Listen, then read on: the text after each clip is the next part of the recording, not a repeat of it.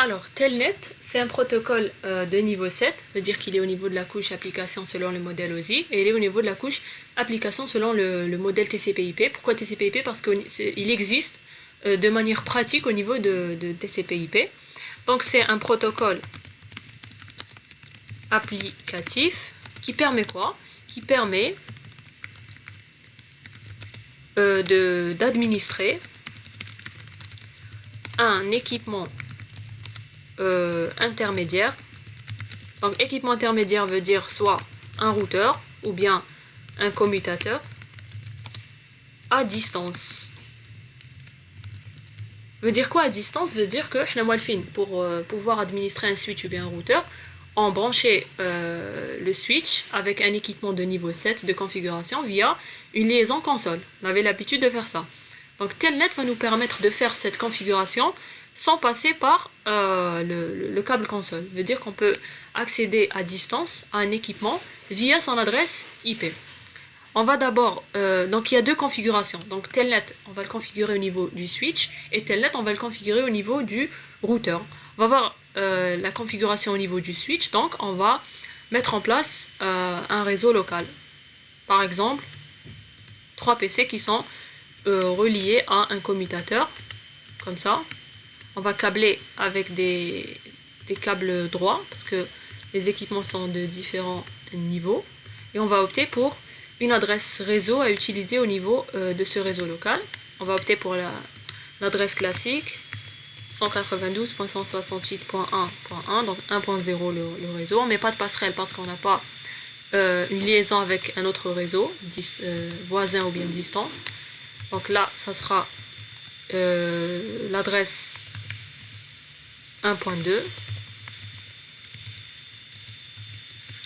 Et là, ça sera l'adresse 1.3. 1.3. Voilà. Maintenant, l'objectif c'est quoi? C'est de configurer Telnet au niveau du switch. Puisqu'on va configurer Telnet au niveau du switch, pour le configurer, il faut passer par une liaison console. On est d'accord. Donc, la liaison console, on va l'utiliser uniquement pour l'activer si on veut.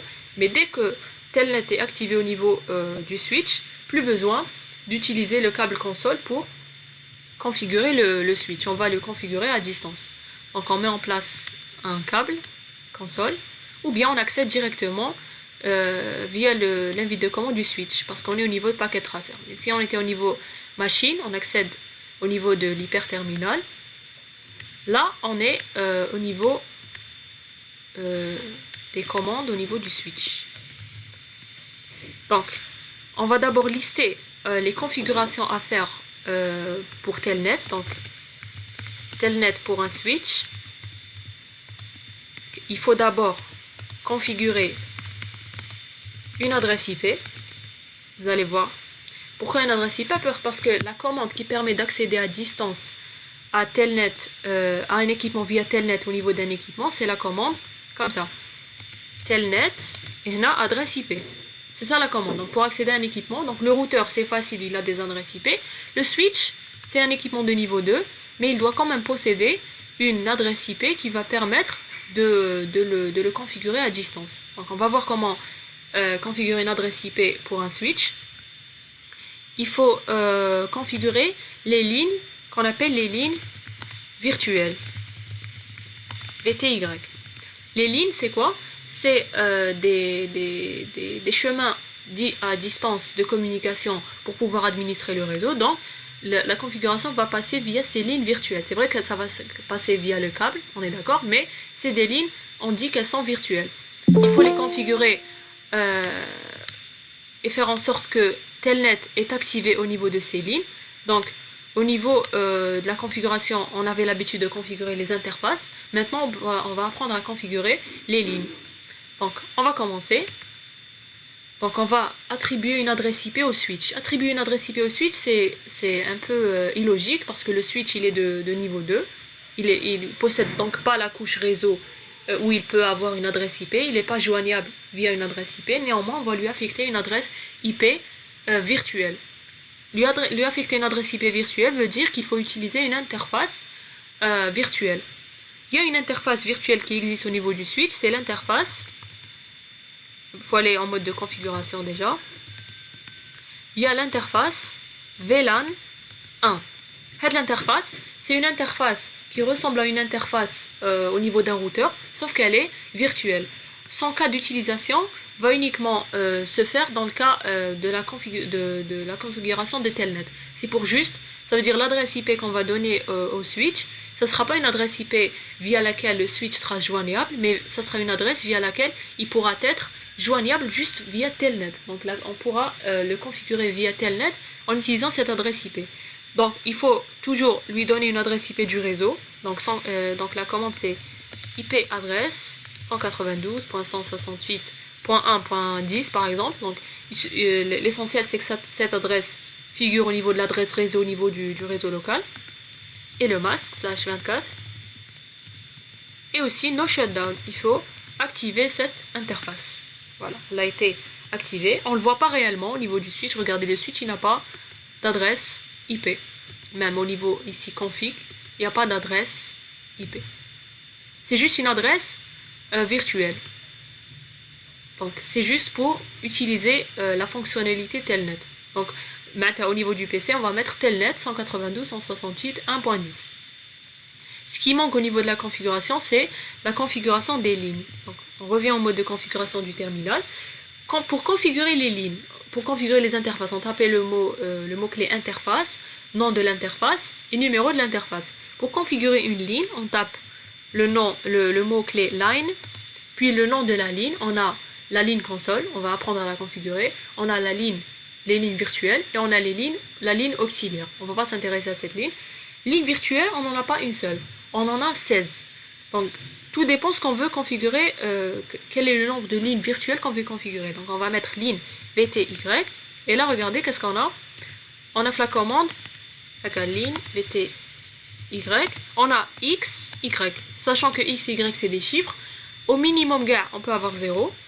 Et au maximum, on peut avoir 15. Si on tape la commande de cette façon-là, ça veut dire qu'on va configurer toutes les lignes virtuelles. On va configurer 16 lignes virtuelles. Si on met, par exemple, comme ça, 10, 15, ça veut dire qu'on va configurer la 10e, la 11e jusqu'à la 15e ligne. Donc on va configurer 16 lignes, etc. Donc le minimum c'est la ligne 0, c'est la première ligne, et la dernière ligne c'est la 15e, la numéro 15. Ça veut dire qu'on a 16 lignes en tout. Les lignes c'est quoi? Si on configure 5 lignes, ça veut dire qu'on aura 5 accès en Telnet en simultané. C'est-à-dire que 5 PC au niveau du réseau peuvent accéder au switch à distance. Il y aura uniquement 5. C'est-à-dire si le 6e essaye de se connecter au switch via Telnet, il ne pourra pas parce qu'il y a uniquement 5 lignes qui ont été configurées. Dans notre cas, là, on va configurer le max. Ça veut dire qu'au max, il ne peut pas y avoir plus de 16 utilisateurs qui sont en train d'accéder à Telnet de manière simultanée. On va mettre 0,15. Regardez maintenant le nouveau mode de configuration qu'on a. On a config line, ça veut dire qu'on est en mode de configuration de ligne. En mode de configuration de ligne, il y a la commande. Donc on va protéger ces lignes via un mot de passe. Password et on met un mot de passe. Donc on va mettre ACAD A par exemple. Et on met login. Login veut dire activer Telnet au niveau des lignes VTY de 0 jusqu'à 15. Au niveau des 16 lignes VTY. Et activer Telnet en protégeant l'accès Telnet via un mot de passe. Donc il faut mettre un mot de passe d'accès. On ne peut pas accéder à Telnet comme ça juste en saisissant l'adresse IP. Donc après avoir saisi l'adresse IP, il faut saisir le mot de passe Telnet. C'est bon, on a configuré Telnet au niveau du switch. Ça c'est la configuration basique. Il y a d'autres options à configurer, on les verra au fur et à mesure à quoi elles servent. Donc là on est au niveau console. On va essayer d'accéder au switch via Telnet, via ce PC là qui n'est pas connecté via le câble console. Donc soit on va au CMD et on tape la commande Telnet adresse IP du switch. Donc ça sera .1.10. Regardez ce que vous avez. Try in l'adresse IP du switch, open. Donc il est ouvert en Telnet. Il vous demande le mot de passe qui est ACAD-A. Il n'est pas affiché, donc quand je tape c'est pas affiché, c'est pour des mesures de sécurité. Regardez, dès que je tape sur entrée, je suis au niveau du mode utilisateur simple du switch. Donc soit je fais ça, donc via l'invite de commande. D'un point de vue machine, c'est pas faisable au niveau du CMD de Windows, il n'y a pas la commande Telnet. on passe par un logiciel qui met le câble console, on passe par hyperterminal. Pour l'accès Telnet, on passe par l'outil PuTTY. Il s'écrit comme ceci. PuTTY, comme ça. C'est un outil, vous pouvez télécharger, auquel, en l'utilisant, vous pourrez accéder à distance à un équipement qui est configuré sous Telnet. Sinon, on peut utiliser ça. Il y a un outil Naya qui s'appelle Telnet SSH Client. Vous choisissez Telnet, on verra après ce que c'est que SSH, et vous tapez l'adresse du switch. Et vous cliquez sur Connect, et là, il vous demande le mot de passe. Donc ça ressemble à ça. Si on voulait faire la configuration de Telnet et l'accès Telnet en utilisant les machines, par exemple en salle. On va essayer de taper la commande Enable. Regardez ce qu'il nous dit. Il nous dit No password set. Ça veut dire qu'au niveau du switch, il n'y a pas un mot de passe pour l'accès en mode privilégié qui a été configuré. Donc on interdit l'accès. Regardez, je tape encore Enable. Il ne me donne pas la main pour aller vers le mode utilisateur privilégié et donc aller vers le mode de configuration. Donc au niveau de Telnet, il est obligatoire de configurer un mot de passe pour l'accès utilisateur privilégié pour pouvoir accéder au switch jusqu'au mode de configuration. Donc pour attribuer donc la prochaine étape, c'était quoi? C'était configurer un mot de passe pour le mode utilisateur privilégié. Donc la commande c'est enable password. On va mettre un autre mot de passe. On va mettre L3 A4A. Voilà. C'est bon. On va réessayer l'accès d'après le PC1 en Telnet. Donc on va essayer enable cette fois-ci. Il va nous demander le mot de passe. Le mot de passe qu'il nous demande, c'est le mot de passe d'accès au mode d'utilisateur privilégié qui est L3 A4A. Et là, on peut aller vers le mode de configuration du terminal, etc. On peut faire toutes les configurations qu'on veut au niveau du switch. Regardez, je suis au niveau du PC1, ici, et il n'y a aucun câble de configuration qui est installé au niveau entre le PC1 et le switch. Je suis en train d'accéder au switch à distance. Donc jusque là, est-ce que c'est clair?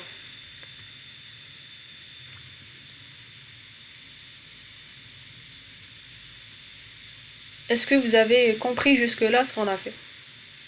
Donc les étapes, c'est configurer les lignes VTY. Mais c'est quoi l'utilité Telnet?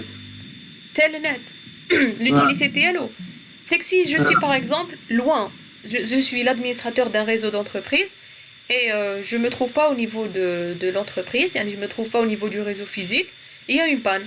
Et on me demande de configurer un équipement et je ne peux pas me déplacer. Donc je peux utiliser Telnet pour pouvoir configurer à distance un équipement qui est défaillant ou bien apporter une modification, etc. Donc c'est ça à quoi ça sert cette configuration. Maintenant, c'est plus la peine de passer par un câble. Je peux configurer le switch quel que soit l'endroit auquel je me trouve. Il suffit juste d'activer Telnet au niveau de l'équipement que je veux configurer à distance.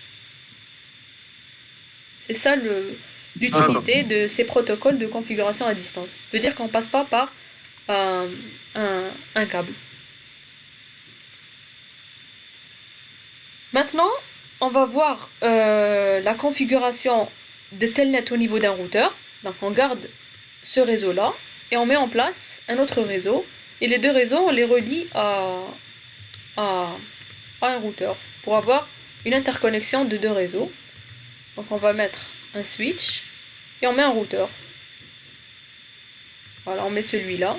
On a uniquement besoin de deux interfaces. On fait les câblages nécessaires. Ah, plutôt j'ai pas inséré un switch.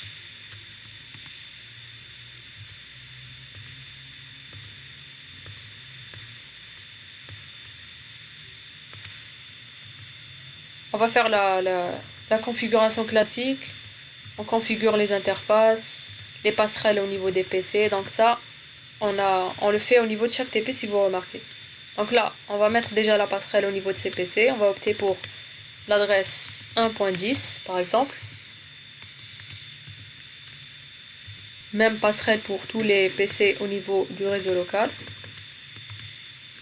1.10 et 1.10. Voilà. Maintenant, l'interface, elle doit avoir comme adresse IP 1.10. L'interface, c'est la 0/0. On passe directement par l'onglet config pour gagner du temps. Donc, vous êtes censé connaître comment le faire via les commandes. Vous avez aussi un affichage de commandes équivalent aux configurations que vous êtes en train de faire au niveau interface graphique. Donc, vous pouvez voir ce que vous êtes en train de faire. Regardez, dès que je tape 1.10 et je mets le masque, ça tape la commande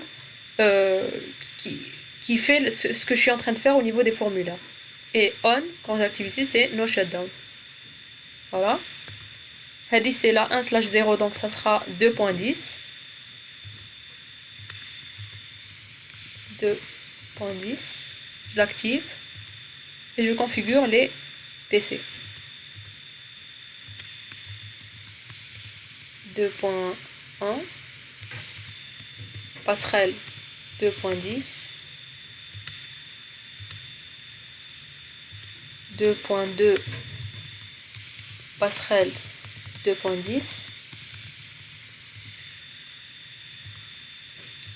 et 2.3 passerelle 2.10. Voilà.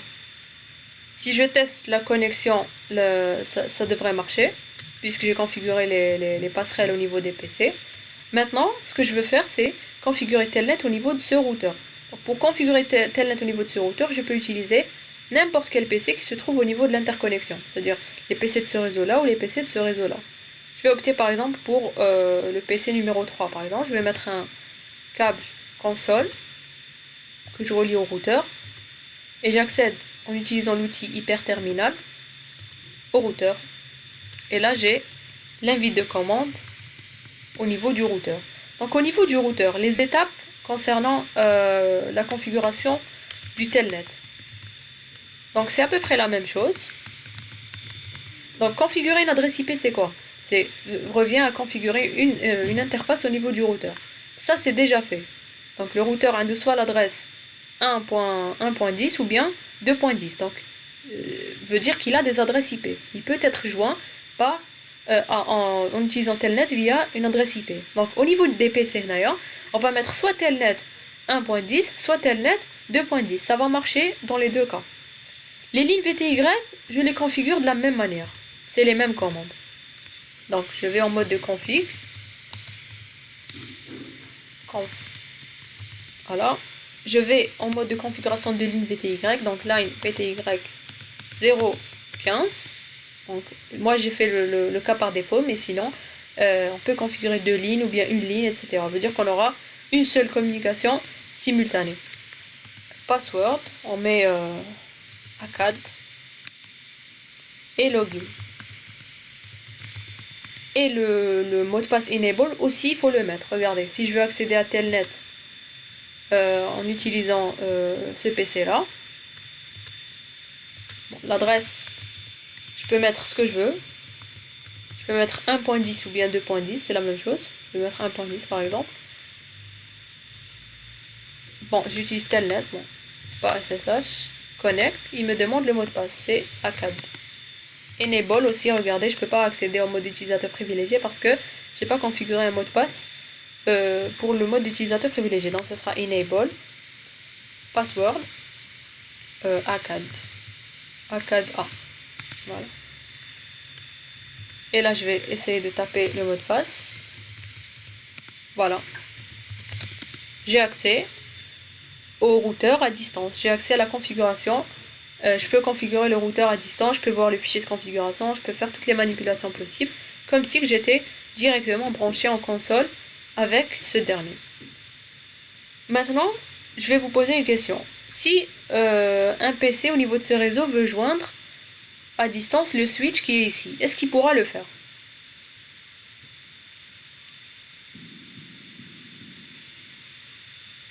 Est-ce qu'un PC qui se trouve en dehors du switch pourra le faire? On va tester.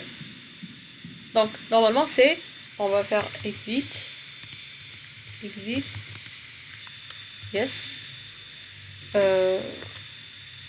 On va réouvrir l'outil pour saisir l'adresse 1.10. Donc on mettra l'adresse du switch, l'adresse virtuelle.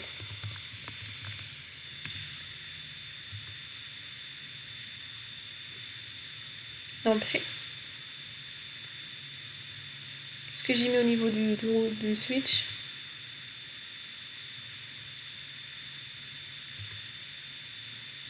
Parce que je pense que le 1.10 c'est le routeur.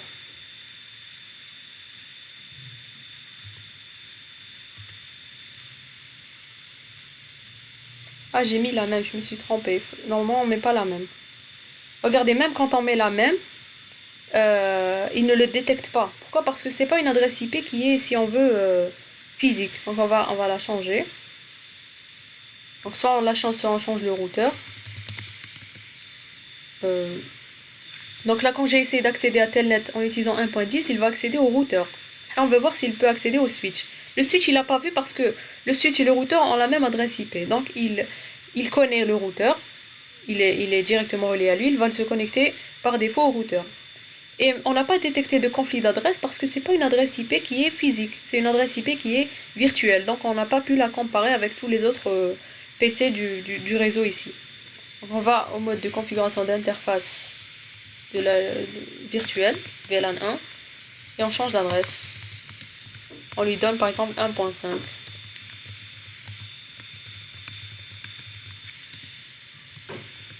No shutdown, pas la peine de la répéter, mais bon, parce qu'elle est déjà allumée. Et là, je vais essayer d'accéder en telnet à l'équipement 1.5. 168.1.5. Il n'arrive pas à se connecter. Pourquoi, à votre avis? Pourquoi on n'arrive pas à joindre le switch à distance? Parce que le PC4, il est en train d'envoyer une requête telnet à l'équipement 1.5. L'équipement 1.5 qui se trouve au niveau d'un autre réseau veut dire qu'il va passer par la passerelle. Le routeur, qu'est-ce qu'il fait? Il va voir que le PC est à destination de 1.5, il va le transmettre, il le connaît. Mais le switch, quand il va envoyer sa réponse, le switch, il doit envoyer une réponse, pas localement, il doit envoyer une réponse au PC 2.3. Donc il ne sait pas, il doit passer par la passerelle. Pardon. C'est comme si on a configuré au niveau du switch que l'adresse IP. D'ailleurs. On a configuré que ça et ça. Mais on n'a pas configuré la passerelle. Pour pouvoir configurer la passerelle au niveau d'un switch, il faut ajouter la commande. Donc on revient au niveau du mode de l'hyperterminal. Bon, exit. Il faut ajouter une commande qui est IP default gateway. IP default gateway et préciser la passerelle. Veut dire que quand le switch doit remettre des réponses telnet de configuration, il doit passer par la passerelle si un PC qui est en train de se connecter à lui à distance est en dehors de son réseau local. Donc c'est cette commande qui manquait. C'est pas une commande qui est obligatoire. Dans le cas Win, donc si on communiquait uniquement localement, on n'a pas besoin de préciser la passerelle. Mais si le switch est joignable par tous les réseaux possibles, c'est-à-dire que ce soit le réseau local ou bien les réseaux qui sont voisins ou bien distants encore, il faut configurer la passerelle au niveau du switch. Donc, configurer la passerelle. Maintenant, si on veut accéder à Telnet à partir de ce PC, normalement ça va marcher.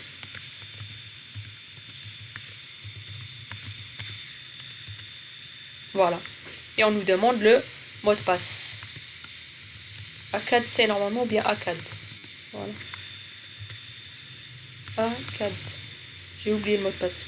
Bon, si ça vous arrive d'oublier un mot de passe, il faut aller afficher le fichier de configuration. Pour pouvoir afficher le fichier de configuration, il faut aller en mode utilisateur privilégié, taper la commande show running config. Permet d'afficher le fichier de configuration en cours. Vous avez toutes les lignes concernant votre configuration.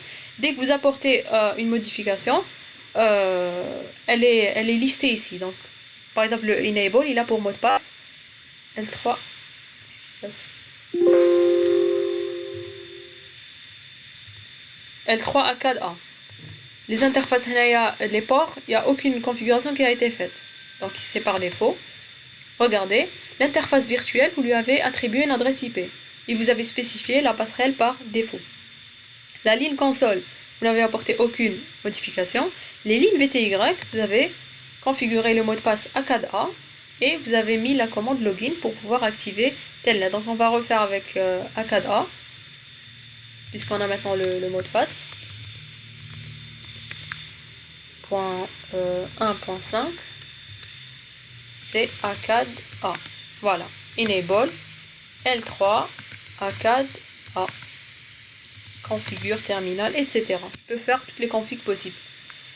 Qu'est-ce que vous remarquez? Qu'au niveau du fichier de configuration, les mots de passe, ils sont en clair. Et ça, c'est mauvais. Donc, il vaudrait mieux ne pas avoir les mots de passe qui sont listés en clair au niveau du fichier de configuration. Par exemple, pour enable. Pour enable, bon, c'est L3 ACAD-A. Pour enable, par exemple, on tapait la commande pour lui attribuer un mot de passe. On tapait la commande enable, password et le mot de passe.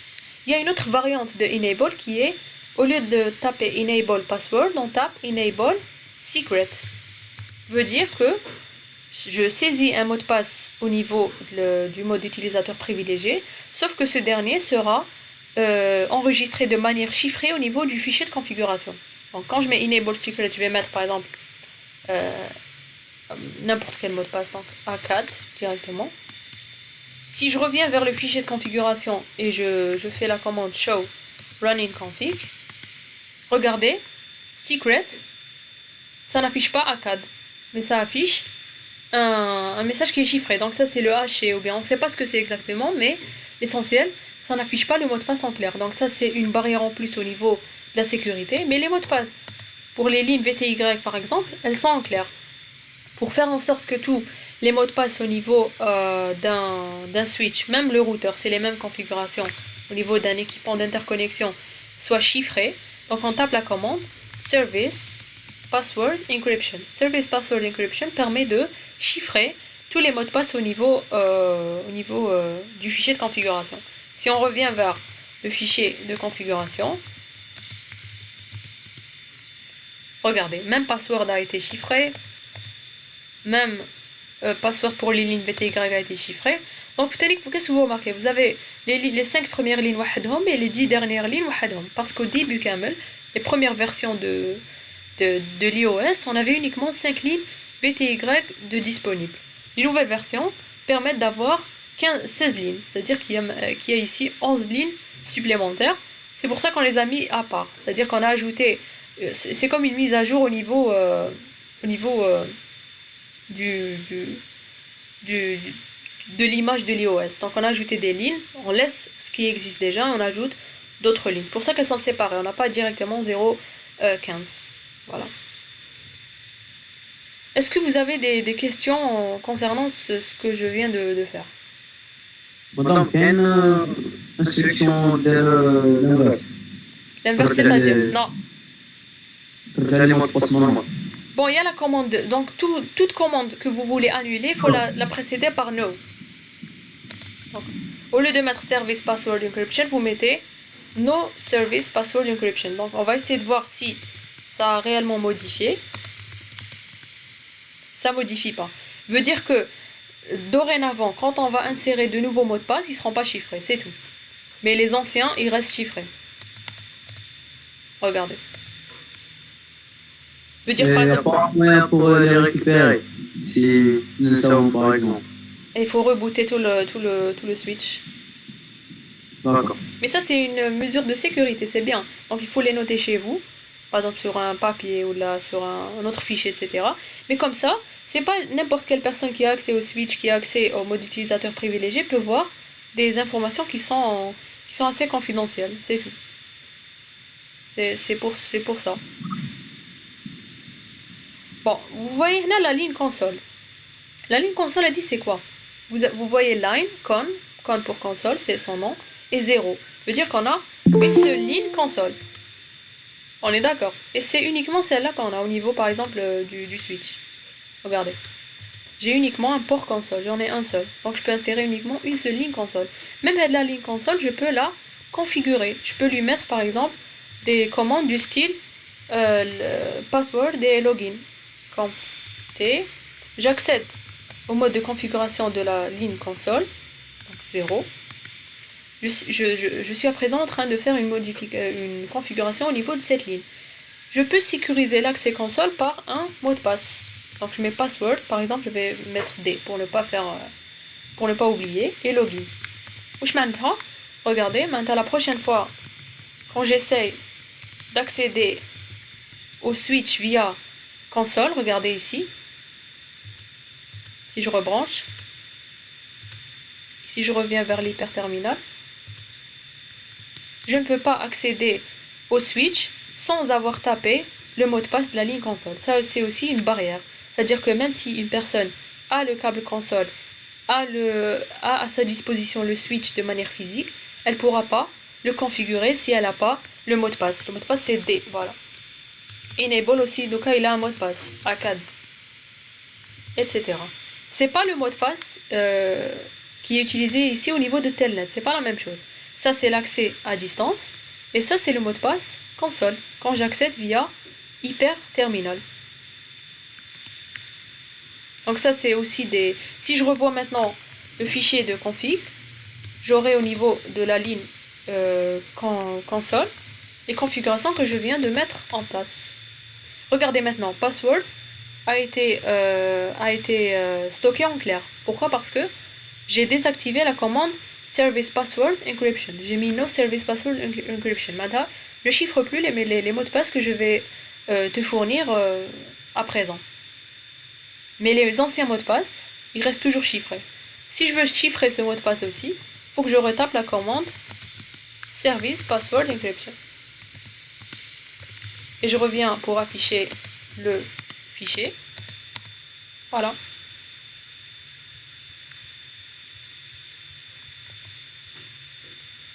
Le fichier de configuration, il peut vous aider à débugger, par exemple. Surtout quand vous êtes au niveau...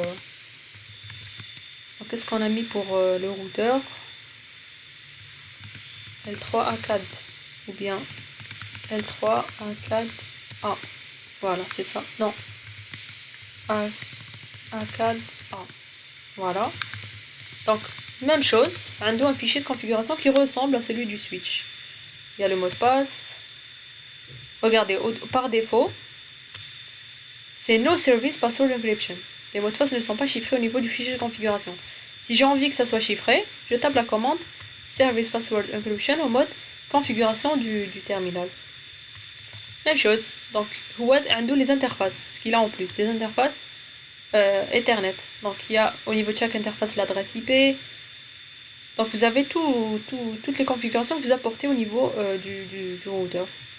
La ligne VTY a été configurée, la ligne console pour le routeur n'a pas été configurée, etc. Chaque fois que vous insérez des configurations, vous les aurez ici. Donc c'est utile, surtout au niveau machine. Parce qu'au niveau machine, on n'a pas l'accès, par exemple ici, à l'interface graphique. On ne peut pas voir comme ça. C'est quoi face Ethernet 0/0, 1/0/1, etc. Donc, le fichier de configuration va nous permettre de voir tout ce qu'on a fait comme config. Parfois, on se rend compte qu'on s'est trompé au niveau du masque. Parfois, on se rend compte qu'on n'a pas saisi les bonnes adresses, etc. Est-ce que vous avez des questions?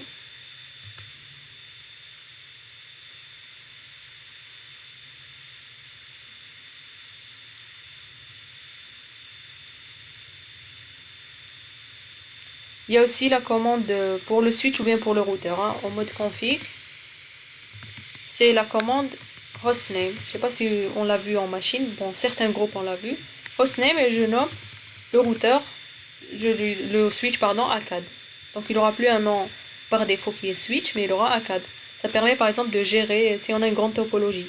Si on a un routeur qui est connecté à un compartiment A, compartiment B, on peut l'appeler A/B. On peut donner n'importe quel nom qu'on veut pour l'équipement, juste si on veut pour se retrouver.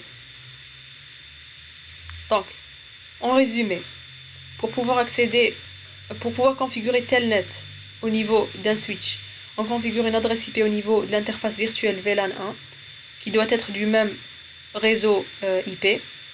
On configure les lignes VTY où on met le mot de passe d'accès plus login pour activer Telnet. Et on configure le mot de passe pour l'utilisateur privilégié. Parce que Telnet, si on ne configure pas un mot de passe utilisateur privilégié, il ne nous donne pas la main pour pouvoir accéder au mode supérieur, c'est-à-dire utilisateur privilégié, configuration du terminal, etc. Donc, jusqu'à présent, Telnet sera actif au niveau du switch et les PC au niveau local uniquement pourront accéder à distance au switch. Si un PC veut accéder au switch à distance et ce PC n'est pas au niveau du réseau dans lequel se trouve le switch, il faudra ajouter la passerelle au niveau du switch. Donc c'est IP, Default Gateway, adresse IP de la passerelle, qui est celle-là. Et pour le routeur, puisqu'on a l'habitude de configurer ces interfaces, donc la configuration de l'interface et l'attribution d'une adresse IP, pas la peine de la faire, parce que on l'a fait déjà par défaut au niveau du routeur, il doit avoir des adresses IP, parce qu'il relie des réseaux entre eux.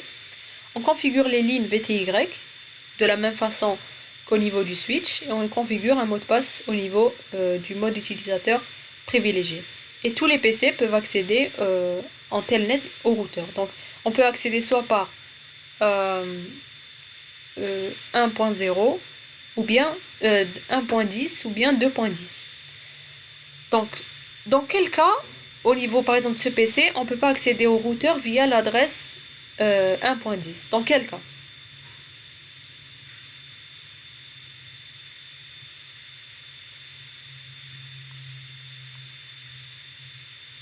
Dans quel cas on ne peut pas accéder à distance au routeur en utilisant une adresse IP qui n'est pas du réseau du PC. C'est-à-dire un PC du réseau 2.10, par exemple 2.2, il veut accéder à distance au routeur, mais il veut utiliser l'adresse du réseau 1.0, donc 1.10, mais il ne pourra pas. Dans quel cas ça ne va pas marcher?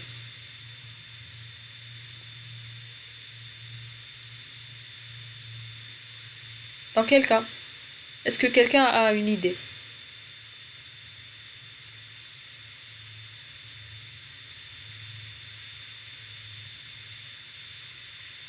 Eh bien, ça ne va pas marcher dans le cas où, au niveau de ce PC-là, on n'a pas configuré la passerelle.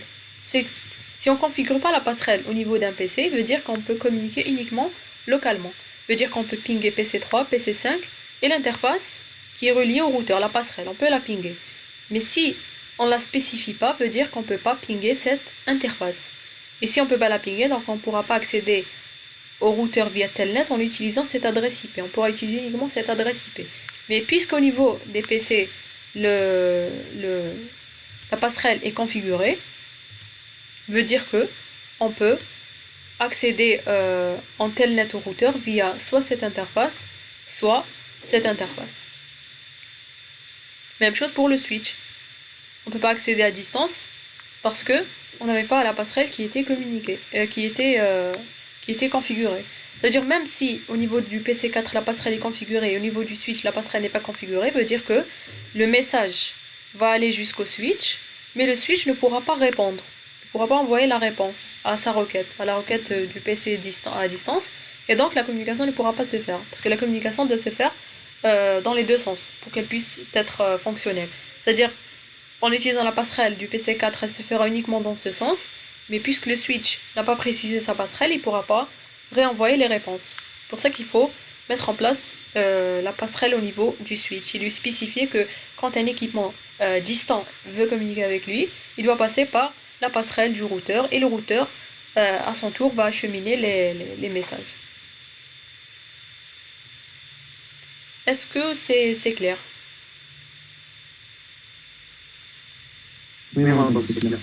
Alors, Telnet, il a un petit problème. Je vais vous montrer par exemple un accès Telnet au niveau du PC. On va utiliser cette fois-ci la vidéo comment on va taper Telnet 192. On va joindre le routeur, pas .1.10. Bon, on va lancer le mode simulation. Et on va on est à ce niveau et on va taper par exemple le mot de passe, je sais plus lequel, c'est ACAD. Regardez, chaque lettre, ça envoie un paquet telnet. Chaque lettre. Si je consulte le contenu de ces paquets,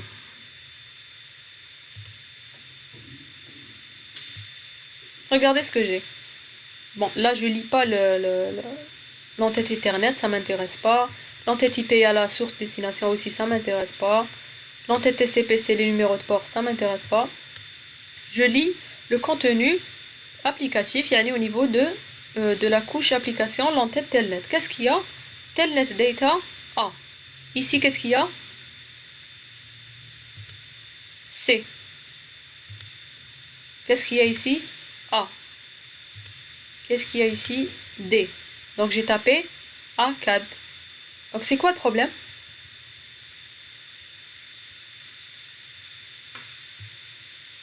C'est quoi l'anomalie si on veut?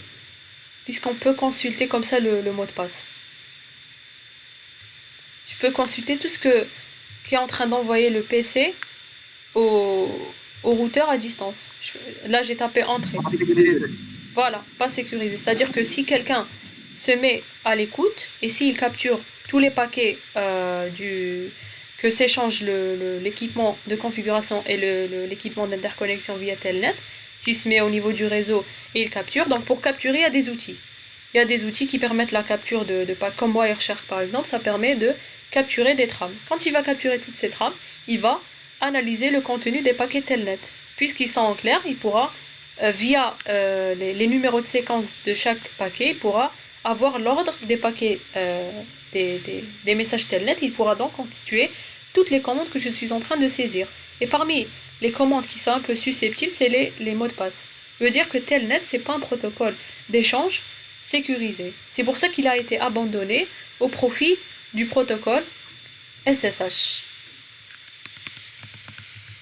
Voilà. SSH, c'est la même chose que Telnet, c'est un protocole de niveau applicatif qui permet d'administrer un équipement à distance. Sauf que ce dernier, il est sécurisé. Ça veut dire que les échanges, il va les chiffrer. La configuration, c'est à peu près la même. On configure les adresses IP, on configure le mot de passe enable, on configure les lignes VTY, mais qu'est-ce qu'on configure aussi? On configure d'autres paramètres. Parmi ces paramètres, on va configurer des clés de chiffrement que vont s'échanger les deux entités. Ça veut dire qu'ils vont chiffrer et déchiffrer les communications, donc on ne pourra pas voir le contenu en clair. Il y aura aussi une configuration de nom d'utilisateur et mot de passe. Regardez que quand vous voulez accéder à Telnet, à un équipement distant via SSH, il vous demande un username. Donc c'est ça les options en plus qu'on configure au niveau de SSH. Vous verrez SSH l'année prochaine. Vous verrez sa configuration en détail, mais ça ressemble un peu à Telnet. C'est la même chose, ça permet la configuration à distance, ça donne les mêmes options, sauf que c'est chiffré. Ça veut dire que quand je vais consulter les paquets SSH, je ne pourrai pas voir le contenu. Donc de nos jours, Telnet est abandonné, c'est tout ce que vous devez savoir, il n'est pas utilisé. Mais il faut d'abord l'étudier pour pouvoir étudier d'autres protocoles qui sont plus évolués, pour avoir les bases. C'est ça l'objectif. Donc SSH, c'est Secure Shell. Voilà. Donc on a pu voir l'anomalie en utilisant le mode simulation pour voir les paquets que s'échangent le PC et le routeur.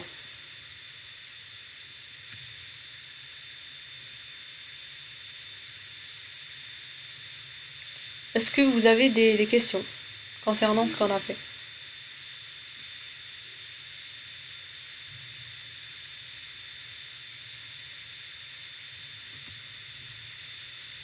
Donc on a vu la config de Telnet au niveau du switch et au niveau du routeur. On a vu certaines commandes de configuration des lignes console, des lignes VTY, des mots de passe aussi, et hostname. Voilà. Donc ça, ce sont les principales commandes que vous devez connaître.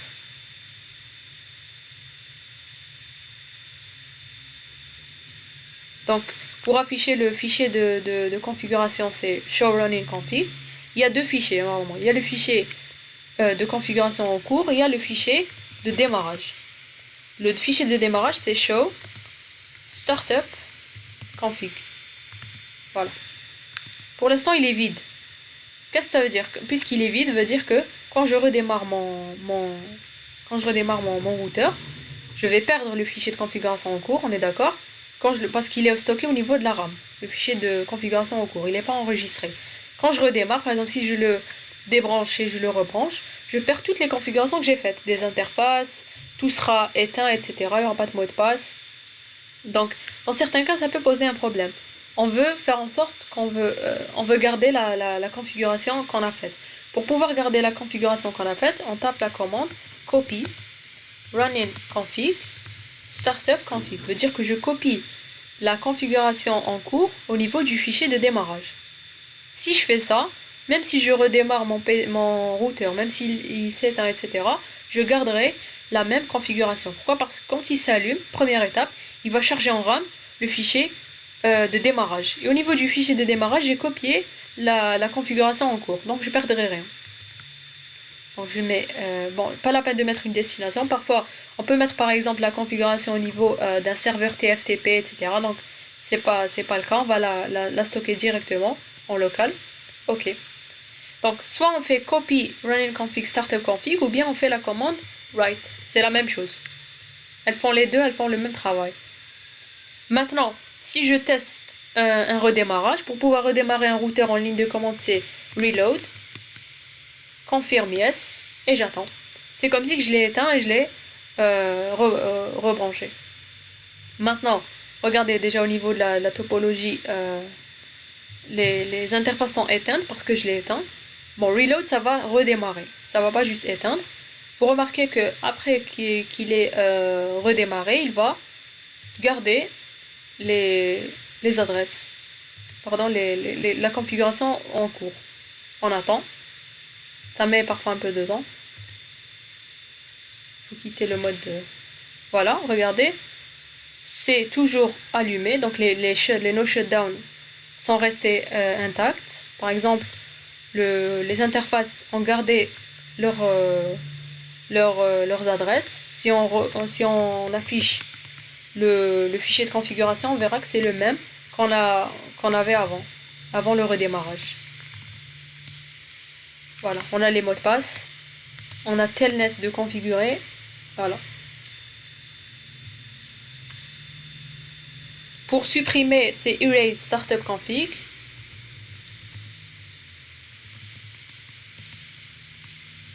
Erase, comme ça je pense.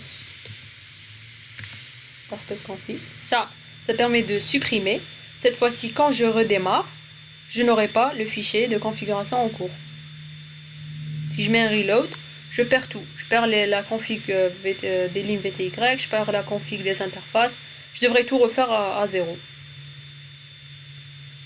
Voilà.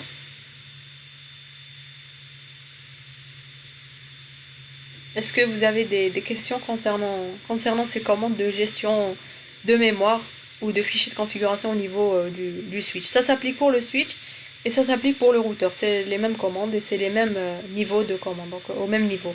Utilisateur privilégié.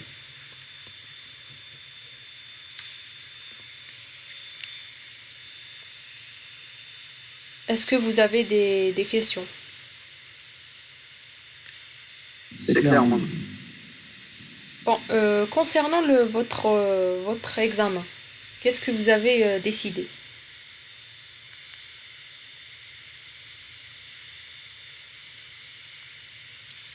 Je pense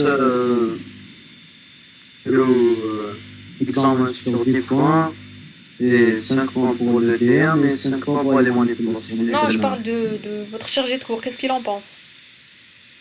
قالنا نشوفوا مع قالنا نشوفوا مع لي بروف تاع تي بي بعدا حنا درنا ان سونتاج بور باش نعرفوا شنو هي la meilleure option. Et c'est quoi qu'est-ce que vous privilégiez? 10 points pour un examen et 5 L'examen, points ça pour sera en le présentiel? Je pense oui. Oui. Donc il y a la possibilité de le faire en ligne et c'est une mauvaise idée. Donc en ligne, on va utiliser cet outil. Je ne sais pas si vous le connaissez. C'est Extensions Activity Wizard. Bon, je ne vais pas cliquer parce que ça efface. Donc ça va permettre de créer un exercice qui y aura un timing, il y aura les tâches que vous devez faire.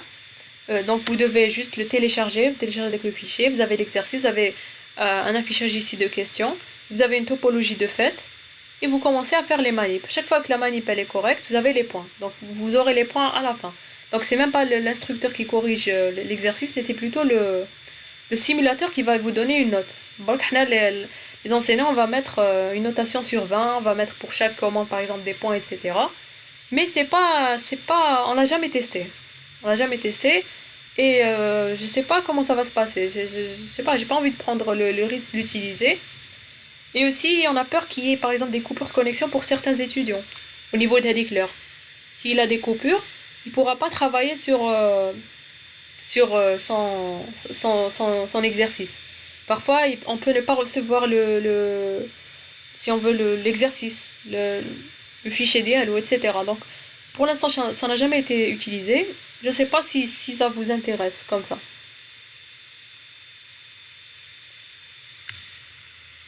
Donc, voilà ce qu'on peut faire en ligne. Mais pour donner comme ça un exercice... Voilà, donc c'est mieux comme a dit votre camarade ici. Donc 10 points, un examen écrit, 5 points pour les manips. Déjà, je vous ai noté sur ça. La majorité ont bien travaillé, donc il y aura de bonnes notes sur les 5. Et le DM aussi, donc votre groupe c'est le groupe où il y a plus de remises que dans tous les groupes que j'ai eu des autres. Lors des autres TP ou bien c'est par rapport à la séance passée. Déjà, quand est-ce que vous voulez faire l'examen? Est-ce que vous voulez le faire la semaine prochaine?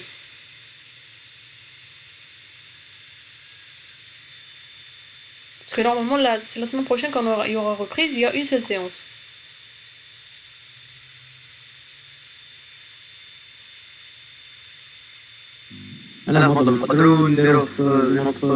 Oui, oui. La semaine libre, le présentiel, je peux vous procurer un créneau.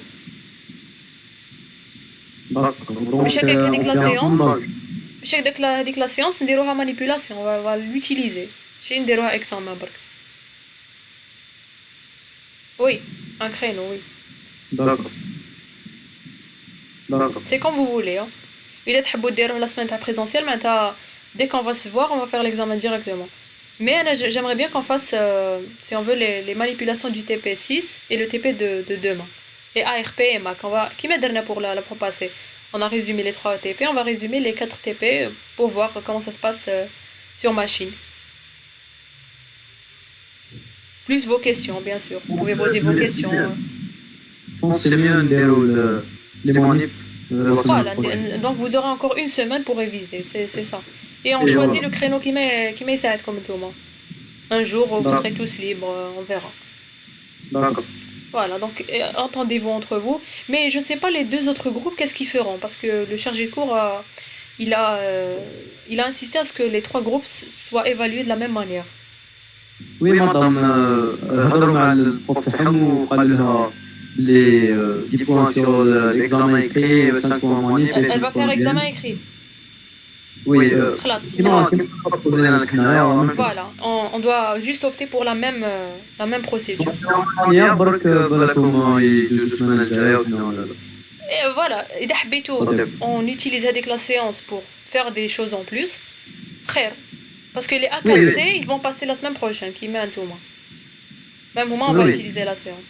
Voilà. Il faut juste voir maintenant avec l'administration s'ils peuvent nous procurer une salle, n'importe quelle salle.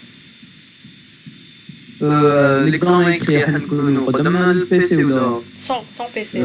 Ça, je vous donne les commandes en bas de page. C'est-à-dire que vous aurez On peut pas savoir si on est juste. Non, vous serez évalué d'un point de vue théorique. Par exemple, vous aurez des questions théoriques, mais de compréhension. Si je fais un ping, qu'est-ce qui se passe au niveau de la table de ARP, comment elle se remplit. C'est ça l'objectif, c'est ce que vous devez comprendre. C'est pas juste les affichages et tout. Il faut que vous compreniez comment le switch fonctionne, comment le routeur fonctionne. C'est tout. Mais pas la peine d'apprendre les commandes. Pas la peine. Mais vous n'aurez pas le temps, Sabrina, vous n'aurez pas le temps d'utiliser Packet Tracer. Imaginez 1 heure. Pour faire déjà la topologie, l'adresser, ça vous prend 20 minutes. Vaut mieux écrire directement les réponses, selon votre compréhension.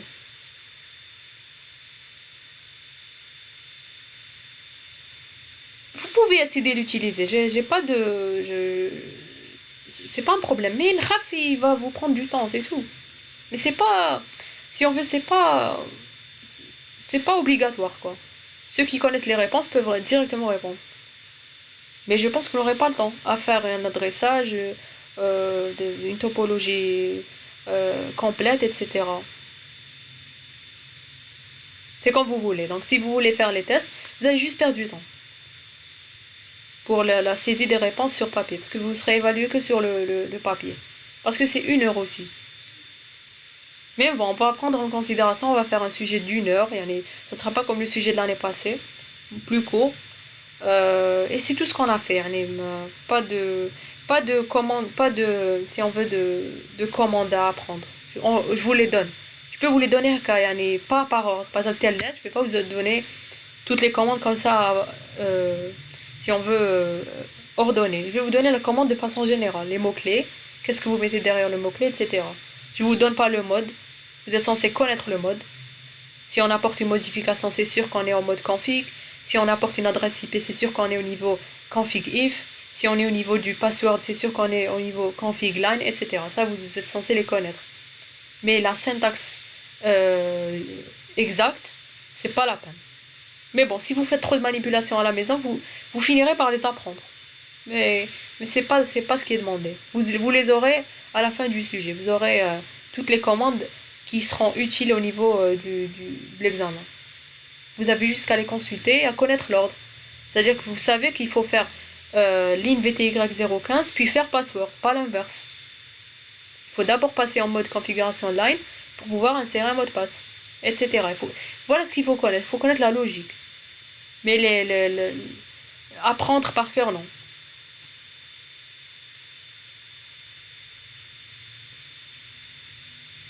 Donc aujourd'hui, on a vu le telnet au niveau du switch, au niveau du routeur.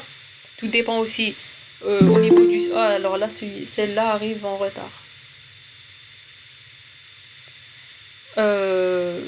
On a vu telnet au niveau du switch du routeur. Donc c'est le mot de passe enable, les lignes VTY et les adresses IP. Et la passerelle au niveau du switch, tout dépend si mon switch est accessible à distance ou pas. Et plus des commandes diverses concernant la configuration de base du switch ou bien du routeur. Les fichiers de configuration, les mots de passe, la configuration de la ligne console, etc. Voilà ce qu'on était censé voir aujourd'hui. Et demain, Inch'Allah, on fera le dernier TP qui porte sur le routage statique. Donc, puisque... Oui. Et la semaine prochaine? La semaine prochaine, on fera tout ce qu'on a fait en ligne, on le fera sur matériel. Vous allez revoir. Ah, la semaine dernière, présentiel. Bien sûr. Ah, j'ai pas vu le 3, d'accord. Mais il a dit que c'était dans le cas où l'examen de doctorat était prévu. Ah, ça m'a donné chez nouvelle date. Oui, même là, on a encore rien reçu. Mais préparez-vous à ce que ça soit samedi, la reprise. Voilà, maintenant j'ai entendu ça. Donc, oui, il faut contacter votre responsable de spécialité. Je ne sais pas si vous étiez présent en CP. Il a dit que c'était la semaine prochaine. Oui, il avait dit que c'était possible, mais on n'a pas encore eu de confirmation. Bon, dans le cas où on reprend samedi, on fait la séance en présentiel normale. Si on a jusqu'à mercredi, on peut peut-être ajouter une autre séance de révision en ligne avant la reprise. C'est comme vous voulez. Je ne sais pas si Mme Bouziane, vous avez parlé avec elle ou pas. Non. Pour l'examen TP. Parce que je lui ai parlé hier. Oui. Je lui ai parlé. En fait, hier, elle voulait faire un examen de TP écrit. Après, j'ai essayé de négocier avec elle et tout. Après, je lui ai fait une proposition personnelle. Après, finalement, bon, c'était sur l'intersection, ce qu'elle voulait, ce qu'on voulait. Oui. On avait proposé de faire l'examen avec écrit, mais aussi sur 15 points. Et sur 10 points, avec 5 points, les manipulations, etc.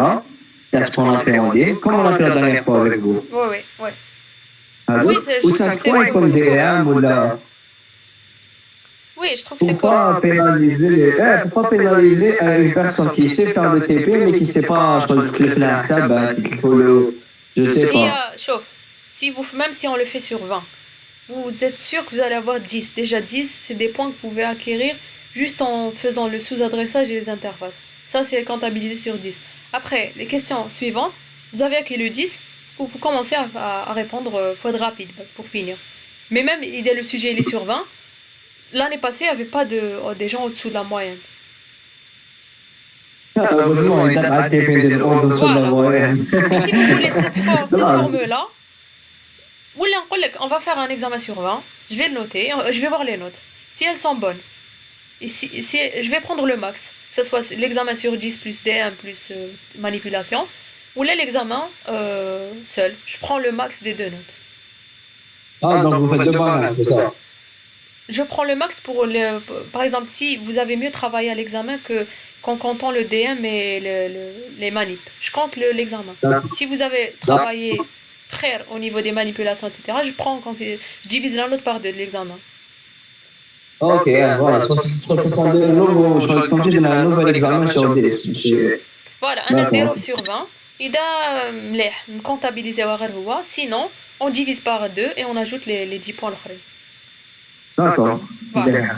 10 points, je pense. Mais il y a des gens qui ont fait le DM faux, il y a des gens qui n'ont pas bien manipulé. On va voir. Bon, en vrai, parce qu'il y a une pression vraiment Carla, Ne genre vous inquiétez pas, vraiment, dès avec la l'examen, semaine. voilà, بعد كي نكوريجي je prends ça en considération. Je prends le max. Là, c'est la méthode, pour l'instant, c'est fait vers la quantité de deux examens Oui, je sais, je sais. de Oui, je sais. Mais ça sera pas compliqué, ça sera des questions directes, yani, ce qu'on a fait.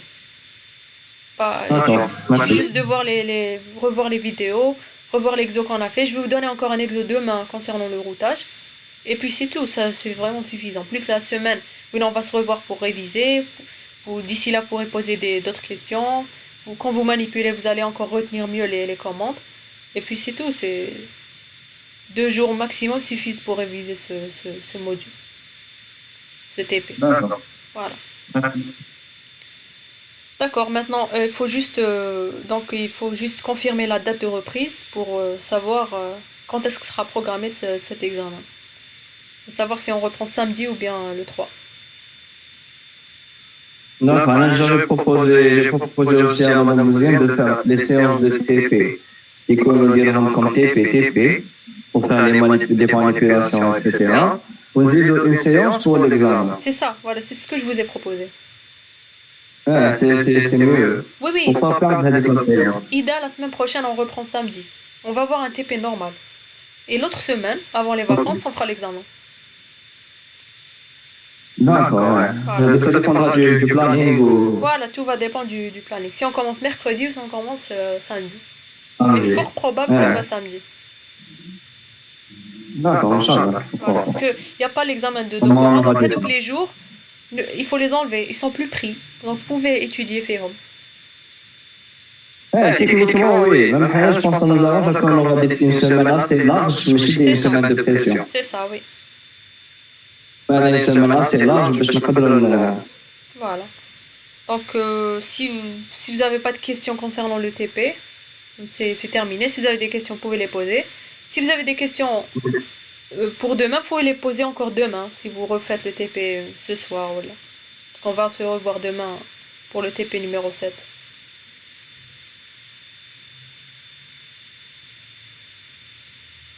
Voilà. Donc s'il n'y a pas de questions, c'est terminé. Il nous reste un TP. On va le faire. On va encore faire un exercice. Je vais vous envoyer des fichiers paquet tracer à la fin, où il y a tous les TP qu'on a fait. Il suffit juste de les lancer sur vos machines. Vous aurez toutes les configs avec des messages, avec des commentaires, etc.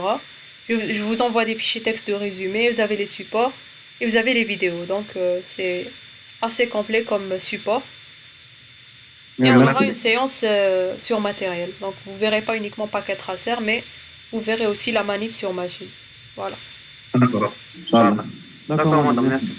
Merci beaucoup. De rien. Alors si c'est terminé, vous pouvez pouvez sortir de la salle.